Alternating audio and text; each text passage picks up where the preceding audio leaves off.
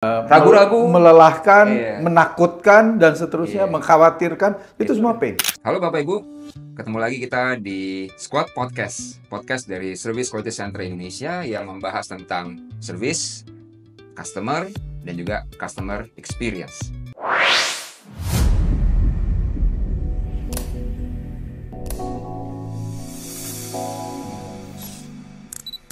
Baik Bapak Ibu, jumpa lagi kita di Squad Podcast. Kali ini kita akan membahas tentang customer experience atau CX. Ya, dimana kalau kita berbicara service excellence, yaitu layanan perusahaan, maka kita tidak bisa tidak harus juga melihat atau mempertimbangkan servisnya kita dari kacamata atau point of view-nya customer, ya, yang menerima dan menikmati layanan. Kalau layanan adalah sesuatu yang dilakukan perusahaan, maka customer experience adalah bagaimana customer itu merasakan, ya, dan juga menjalani layanan yang mereka dapatkan dari perusahaan.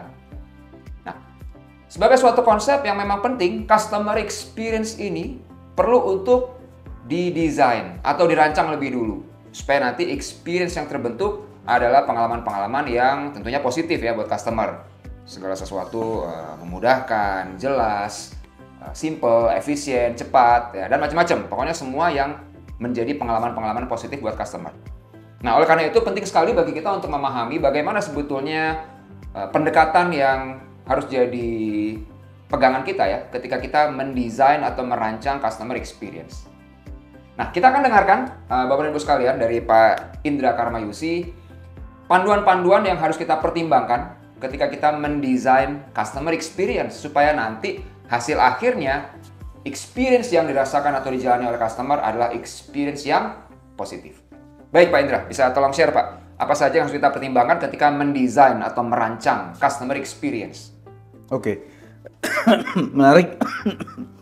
Begini, tadi sudah disebutkan oleh Pak Tony sepintas bahwa customer experience itu mengenai apa yang customer pikirkan, apa yang customer rasakan, dan apa yang customer lakukan pada saat dia berinteraksi dengan kita sebagai pemberi jasa.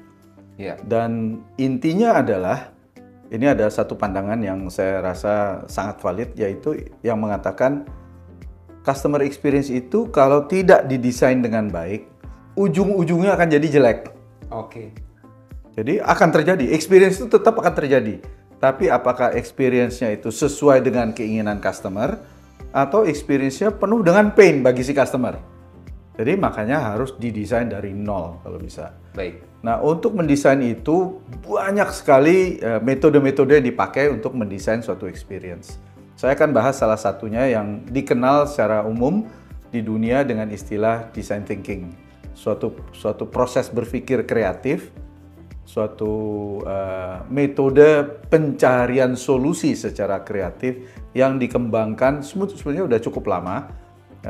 Di Stanford dulu, di Design School di Stanford, yang kemudian berkembang menjadi IDEO dan seterusnya, yang intinya adalah mencoba memahami proses pencarian solusi secara kreatif dan berpusat pada manusia, human centered jadinya. Human centered. Jadi ya customer ya human juga kan, ya human centered.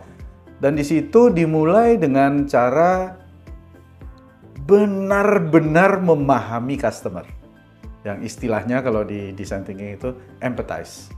Berempati, kita tahu persis apa yang diinginkan customer, apa yang tidak diinginkan customer, apa yang ingin dirasakan customer, apa yang tidak ingin dirasakan customer, dan seterusnya. Itu benar-benar pelajari, diskusikan, observasikan, dan tempatkan diri kita di sisi customer.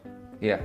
Ya, nanti dari situ kita dapat permasalahan utamanya apa, tantangannya apa, yang ingin dihasilkan dengan desain itu apa. Itu kita bikin pernyataannya, sampailah kita di tahap kedua. Ya, di mana kita melakukan statement. Ini loh tantangannya, ini yang ingin dicapai. Ya, nanti semua hasil pekerjaan kita bandingkan terhadap statement ini. Sesuai nggak nih? Kalau nggak sesuai, atau ada kemungkinan statementnya mesti dirubah, problem statement, problem challenge-nya dan seterusnya itu mesti dirubah, atau solusinya yang mesti dirubah. Ya, nah ini bedanya design thinking dengan proses problem solving yang scientific. itu biasanya jalannya satu arah. Ada data, ada observasi, terus sampai selesai. Iya. Kalau creative problem solving, kita jalan sampai di tengah jalan, kita bilang, kayaknya kita problem statementnya salah, boleh balik. Makanya namanya creative problem solving. Nah, di situ kita udah bikin statementnya, challenge-nya apa, untuk siapa. Contohnya begini deh, kalau saya bilang, tolong desainkan kursi. Iya. Nah, kita kebayangkan kursi, kaki 4, ada senderan, dan seterusnya. Tapi kalau saya bilang, tolong desainkan kursi untuk anak umur 8 tahun yang difabel. Berubah semua desain kita itu kan. Jadi itu intinya kenapa kita mesti benar-benar memahami customer. Karena dari situlah kita baru bisa menyatakan apa yang diinginkan customer, apa yang kita mesti capai dengan desain kita. Dan apa problemnya untuk mencapai itu. Yeah. Kalau tahap itu udah selesai, baru kita cari ide. Nah, di sini satu lagi bedanya dengan rational problem solving. Ya. Itu idenya cuma satu biasanya. Yeah. Dan dites terus sampai selesai. Kalau di creative problem solving, di design thinking, itu kita bukan mencari ide final langsung, kita cari ide sebanyak mungkin. Nanti kalau kita udah dapat ide sebanyak mungkin, baru kita saring. Yang disaring berdasarkan 3 hal dan nggak boleh berubah nih urutannya. Saringan pertama, apakah ini disukai oleh customer? Yeah. Jadi kita bisa dapat 50 ide, kita dapat 20 yang kita cek ke customer, dan 50 ini mana yang kalian paling suka. Dapat kita misalnya 15 ide yang paling customer suka. Yang lainnya simpen dulu. Yang 15 ini kita lihat ke dalam perusahaan. Secara bisnis, yang mana yang paling menguntungkan? Mana yang manfaatnya paling tinggi bagi perusahaan? Jadi udahlah customer suka, bagi perusahaan bagus. Setelah itu masuk saringan ketiga. Kita cek mana yang paling dulu kita bisa kerjakan. Yeah. Nah, hasil dari saringan itu kita dapat. Sudahlah ya, customer-nya suka, menguntungkan bagi perusahaan, dan bisa kita lakukan dengan segera. Itu dapat ide yang paling optimal.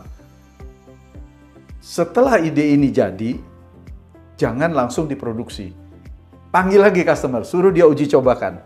Makanya namanya human-centered atau customer-centered experience. Jadi, uji cobakan. Kalau dia bilang, saya masih belum srek, tanya ke dia, enaknya diapain ini? Ya, kalau dia udah bisa tentukan ini dirubah ini, tempatnya di sini dan seterusnya, kita bikin lagi prototipenya. Setelah itu minta mereka lihat sampai mereka bilang saya puas dengan ini. Baru itu kita produksi. Tapi jangan berhenti di produksi karena customer bilang saya udah puas. Tapi setelah diproduksi, setelah dipasarkan, langsung tetap dipantau. Bagaimana customer menggunakannya. Apa saja kesulitan-kesulitan mereka dan seterusnya. Ini bisa jadi masukan untuk desain versi 2-nya. Atau kita dapatkan produk yang baru lagi sama sekali dan seterusnya. Nah, itulah prosesnya. Tapi ingat, prosesnya dimulai dari customer. Apa problemnya, apa kebutuhannya, apa yang dia nggak suka, apa yang dia inginkan, dan seterusnya. Kira-kira begitu. Oke, baik. Jadi mulai prosesnya itu dengan mempertimbangkan customer. Begin with the customer in mind, kasarnya begitu. Fokusnya kepada customer, baru nanti proses pengembangannya akan begini, akan begitu. Nah, proses ikut gitu ya. Kalau design thinking, proses pengembangannya itu dengan mencari sebanyak mungkin ide. Jadi bukan mencari 1-2 ide yang paling bagus, tapi mencari sebanyak mungkin. Jadi kuantitatif. Sebanyak mungkin, kalau sudah dapat banyak, baru kita saring berdasarkan 3 saringan tadi.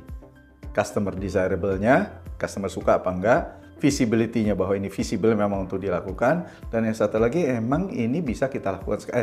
Yang kedua ini menguntungkan bagi perusahaan, dan yang ketiga ini bisa dikerjakan segera. Atau visible tadi ya? Visible tadi. Dan begitu kita selesai dengan itu, prototipe desainnya kita kasih ke customer. Kita suruh dia yang uji cobakan. Ini sesuai nggak? Jadi intinya balik ke customer, ke customer.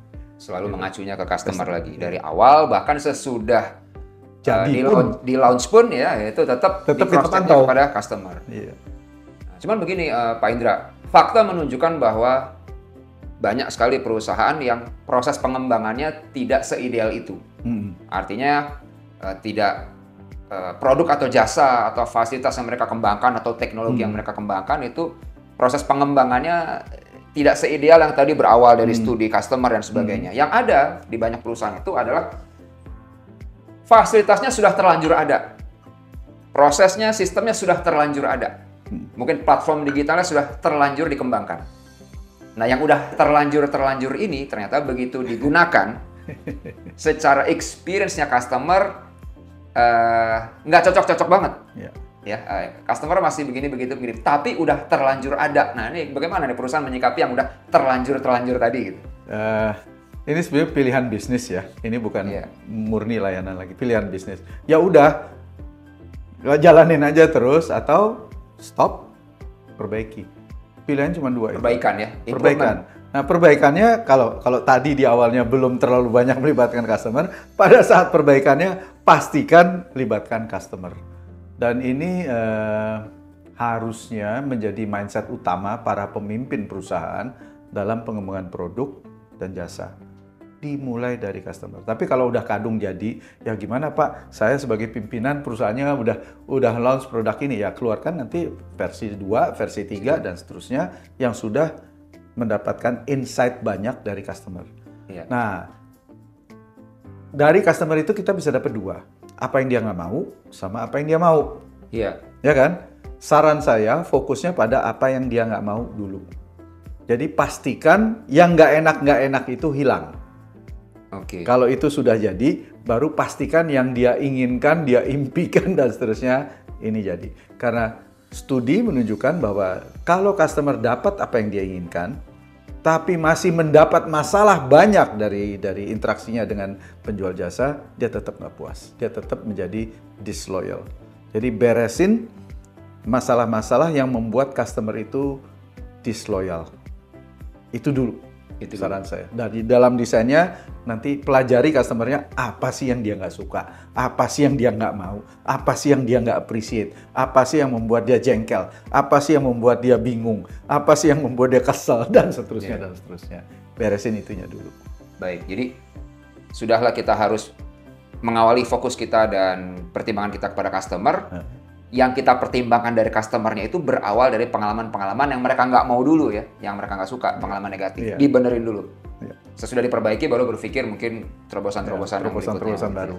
Nah, yang customer nggak mau itu ada istilahnya customer experience pain namanya. Customer experience pain. Pain itu bisa soft pain, yang dia cuma dalam hati dia bilang kok gini ya. Atau yang hard pain, yang dia sampai buka sepatu, gebrak-gebrak meja, apaan nih dia bilang.